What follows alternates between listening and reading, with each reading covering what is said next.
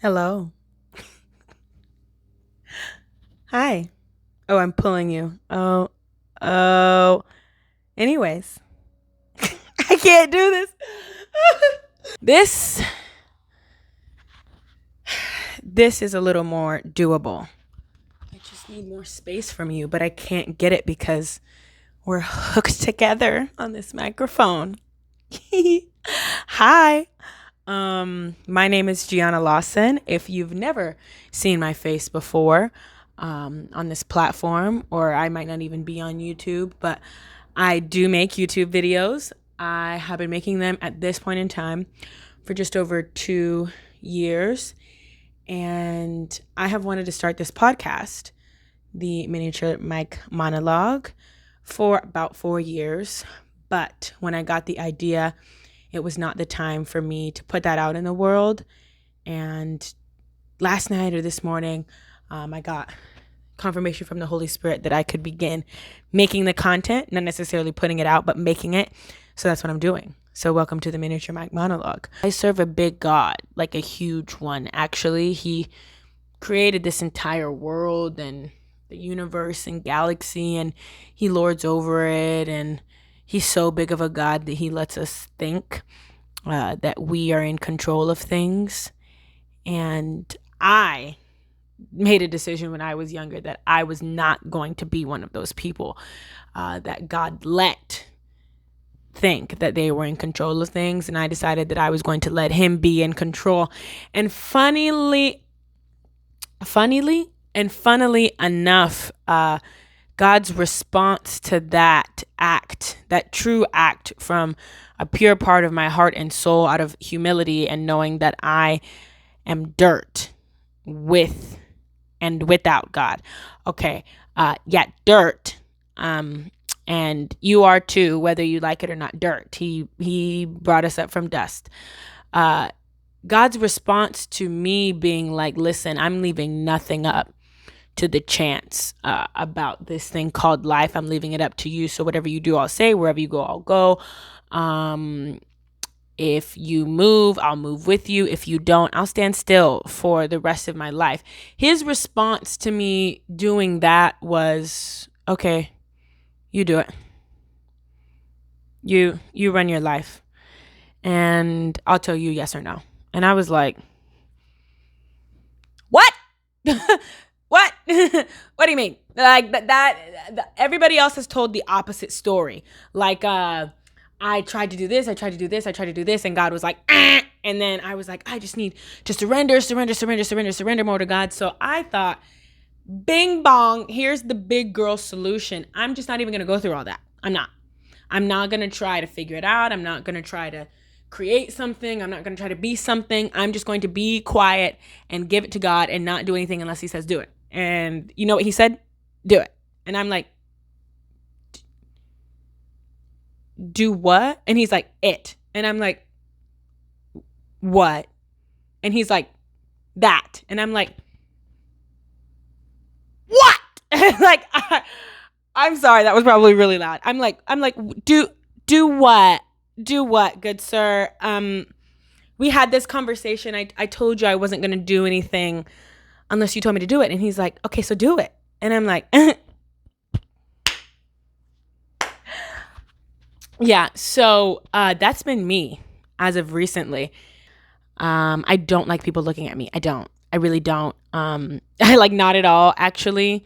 Like I say that, but I always dreamed of like being a pop star or being a professional dancer. And one of my longtime dreams is to be a model. And it's like, really? You don't like people looking at you? And then it's like, I also make YouTube videos. So it's like, really? You don't like people looking at you? No. I like not being close to the wrath of God. That's what I like. And that's about it. Like I love being in the will of God. Fear for my life to be anywhere near the wrath of God. So when God said, start the YouTube channel, I did. When God said, it's okay for you to take a chance on yourself and transfer from the University of Portland, I did. And I don't know what he's going to say next, honestly. I just that's besides the point. So I now am in a position where my life has just been doing it. And I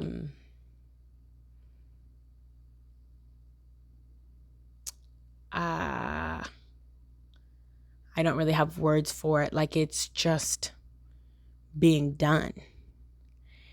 And my mom used to always say to me when I first started playing collegiate volleyball, because I've always had a dream to be a national champion, huge stage, like so many eyes, don't want it, but like me in this form of myself, don't need all those eyes, would be great without them, but would not be great without the national championship. So anyways, but she always told me, like, in my early stages of my career, because I used to think because we weren't having the success that I had always dreamed we would have, which is gearing us towards the national championship, because I knew what the Lord has promised me, I was like, okay, he's building the team, like he's getting it ready, he's building it up. And my mom was like, no, you're missing it. Like, he's building you, like you're it.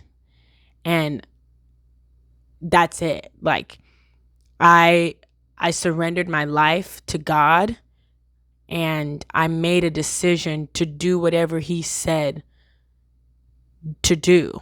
And for the last 7-8 years, wow, I didn't really expect to get emotional.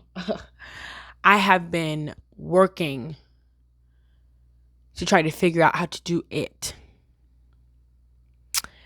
I've been putting together my mind, my soul, my body, and my spirit to do whatever the Lord places in front of me.